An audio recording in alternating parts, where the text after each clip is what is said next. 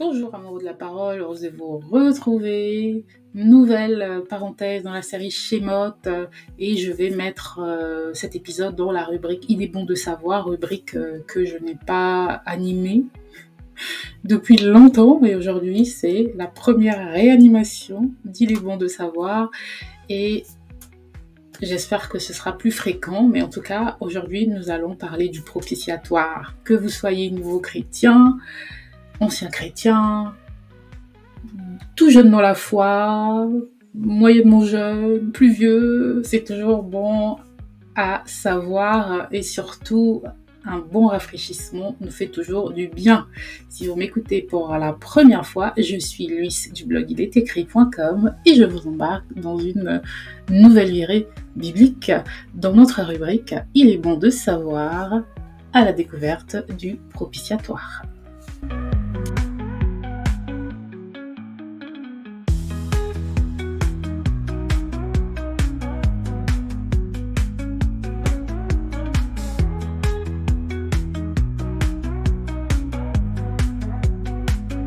Donc, le propitiatoire a une double signification dans les Écritures. C'est la couverture de l'Arche de l'Alliance, sur laquelle était versé le sang des sacrifices lors du jour des expiations, lors de Yom Kippour, dans le lieu très saint. C'est là que Dieu se manifestait, mais dans la Nouvelle Alliance, c'est aussi une personne. Donc le terme hébreu pour le propitiatoire, c'est kaporet. Et kaporet désigne littéralement le lieu de l'expiation ou le couvercle d'expiation. Et ce mot vient de la racine kafar qui signifie couvrir, expier ou faire propitiation. Dans Exode 25, des versets 17 à 22, nous avons déjà étudié ce chapitre. On nous dit « Tu feras un propitiatoire d'or pur. C'est là que je me rencontrerai avec toi. » Propitiatoire, le fameux mot que peut-être certains d'entre vous ne connaissent pas forcément, puisque moi, sincèrement, c'est lorsque j'ai ouvert ma Bible, lorsque je suis devenue vraiment chrétienne, que j'ai vu ce mot qui m'avait l'air trop grand pour mon cerveau. Le mot propitiatoire. Dans Lévitique 16, des versets 14 à 15, on nous dit « Le sang du taureau et du bouc est aspergé sur le propitiatoire pour faire l'expiation. » Donc ici, on nous parle ici du lieu, la couverture de l'Arche de l'Alliance sur laquelle était versé le sang des sacrifices des animaux.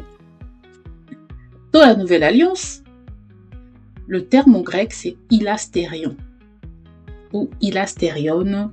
Je ne parle pas grec, donc je ne sais pas comment cela se prononce. Et ça veut dire le propitiatoire littéral, ou ça peut également identifier Jésus-Christ lui-même en tant que lieu et moyen de l'expiation. Donc, le terme ilastérion vient du verbe ilaskomai, qui signifie apaiser, rendre favorable ou faire propitiation.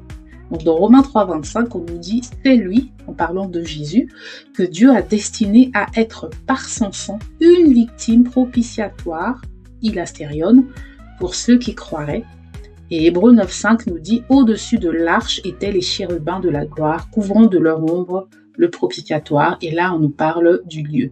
Donc, dans l'Ancien Testament, le propitiatoire, c'est le lieu de la rencontre entre Dieu et l'homme, pécheur, mais seulement par le sang versé.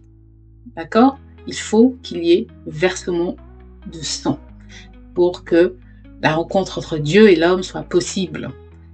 Et cela rappelle que le péché doit être couvert, expié, pour qu'il y ait communion avec Dieu. Et dans le Nouveau Testament, Jésus est notre propitiatoire vivant, puisqu'il est à la fois le souverain sacrificateur, il est le sacrifice et il est le propitiatoire où Dieu rencontre l'humanité pardonnée.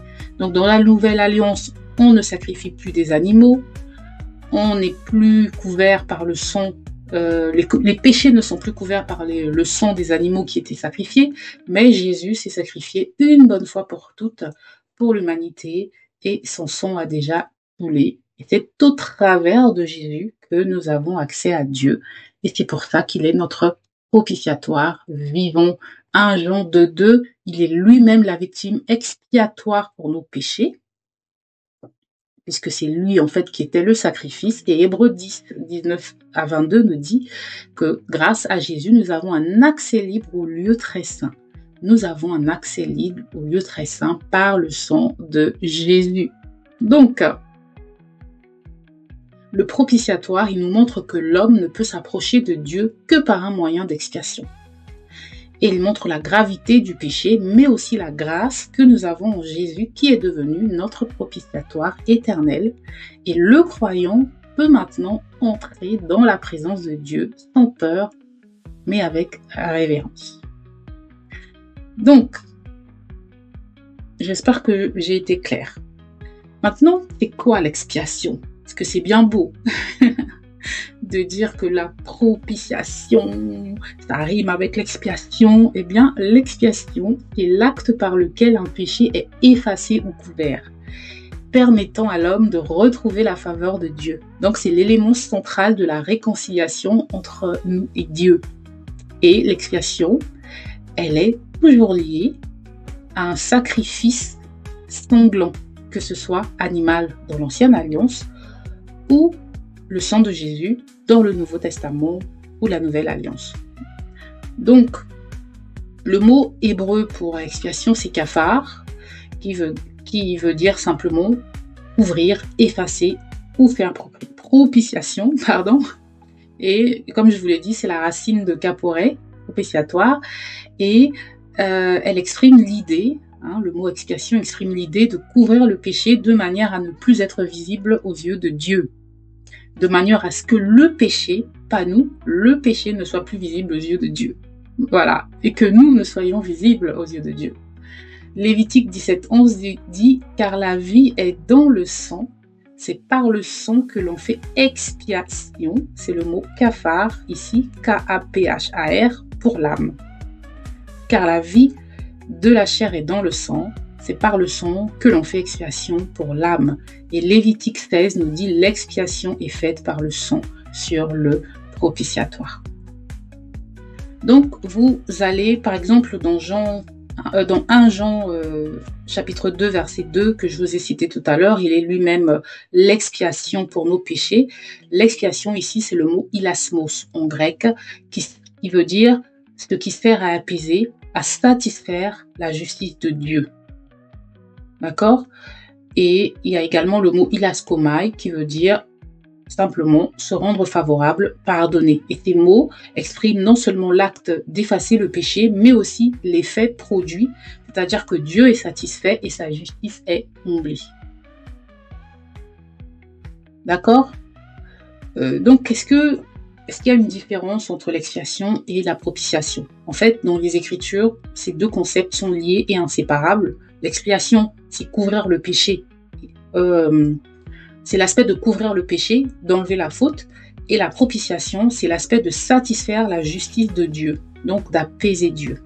Et donc, ces deux notions sont inséparables dans les Écritures.